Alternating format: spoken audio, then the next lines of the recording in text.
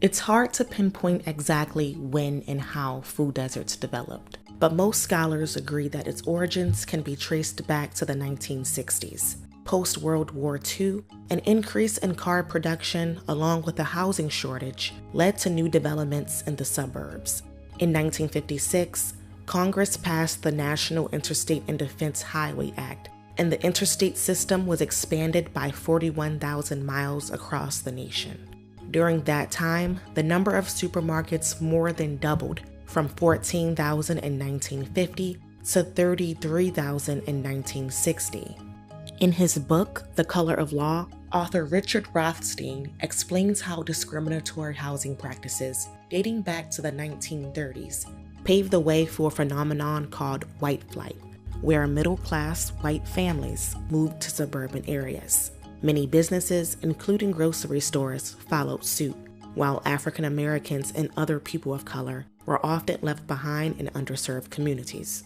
There's an increase in poverty in urban areas in the 1980s, with many industrial jobs leaving urban areas for rural areas and also for overseas. So these demographic shifts led to urban areas with extreme geographically concentrated social disadvantage.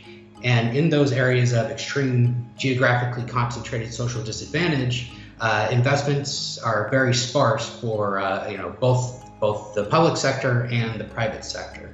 According to the United States Department of Agriculture, there were more than 6,500 food deserts in the U.S. between 2000 and 2006, and more than 60 of those were located in urban areas.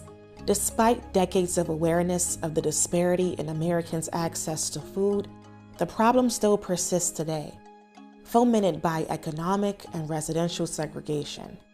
So why have grocery stores, big and small, remained so resistant to invest in these underserved communities?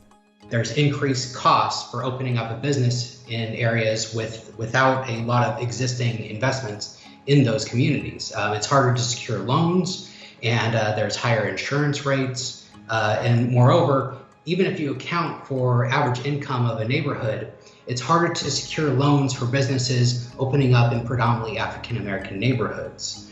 And then trying to get big commercial developers to invest in underserved communities, that's even harder. The barrier to entry for small businesses in predominantly Black neighborhoods is not always an easy fix.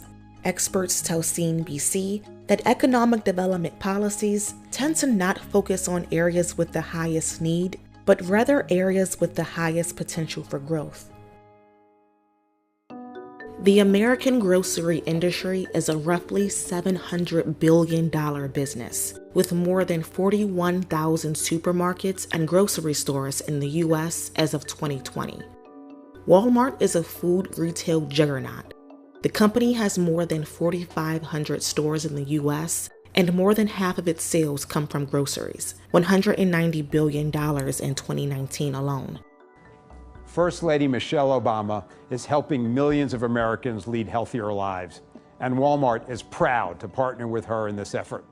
In 2011, the company announced it would open between 275 and 300 new stores in urban and rural food deserts, serving 800,000 people by the end of 2016.